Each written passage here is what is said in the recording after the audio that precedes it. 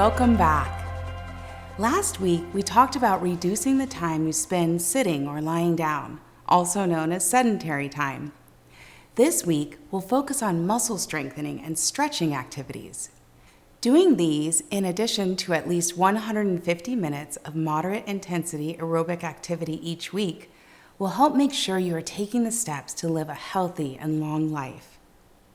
In sharing this information, I want to stress that muscle strengthening and stretching activities are not substitutes for aerobic activity. Instead, they should be done in addition to your aerobic activity. I'm sure you've heard of muscle strengthening activities, but I want to take a few minutes to describe them. Muscle strengthening activities are when a body's muscles work against a force. These activities usually include lifting heavy objects like barbells or weights. Muscle strengthening activity can also be done with elastic bands or using your body weight for resistance. Muscle strengthening activities offer different health benefits than aerobic. These benefits include increased bone density and muscular strength.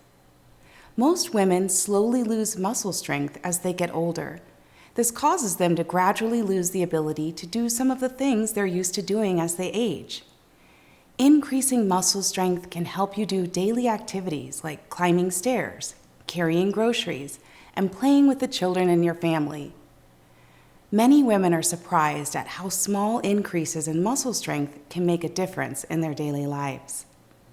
The national recommendations for muscle strengthening activity are: do it at least 2 days a week.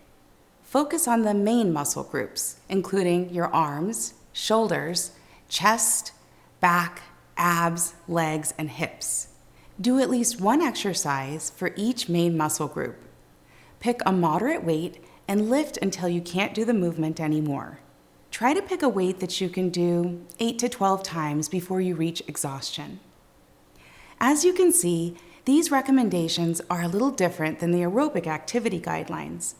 There's no specific amount of time recommended for doing these activities.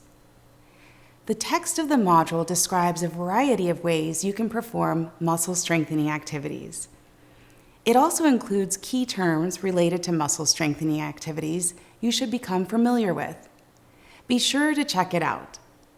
If you have any questions about this type of activity, ask your coach. She's here to help and support you. Now that we've covered muscle strengthening, let's move on to stretching and flexibility exercises. Doing these regularly, just like muscle strengthening exercises, are an important part of physical activity program. Stretching exercises are when you put your body in a specific position that helps lengthen your muscles. Stretching helps keep your muscles flexible, strong, and healthy. As you age, your muscles naturally shorten. This can make you feel tight or stiff.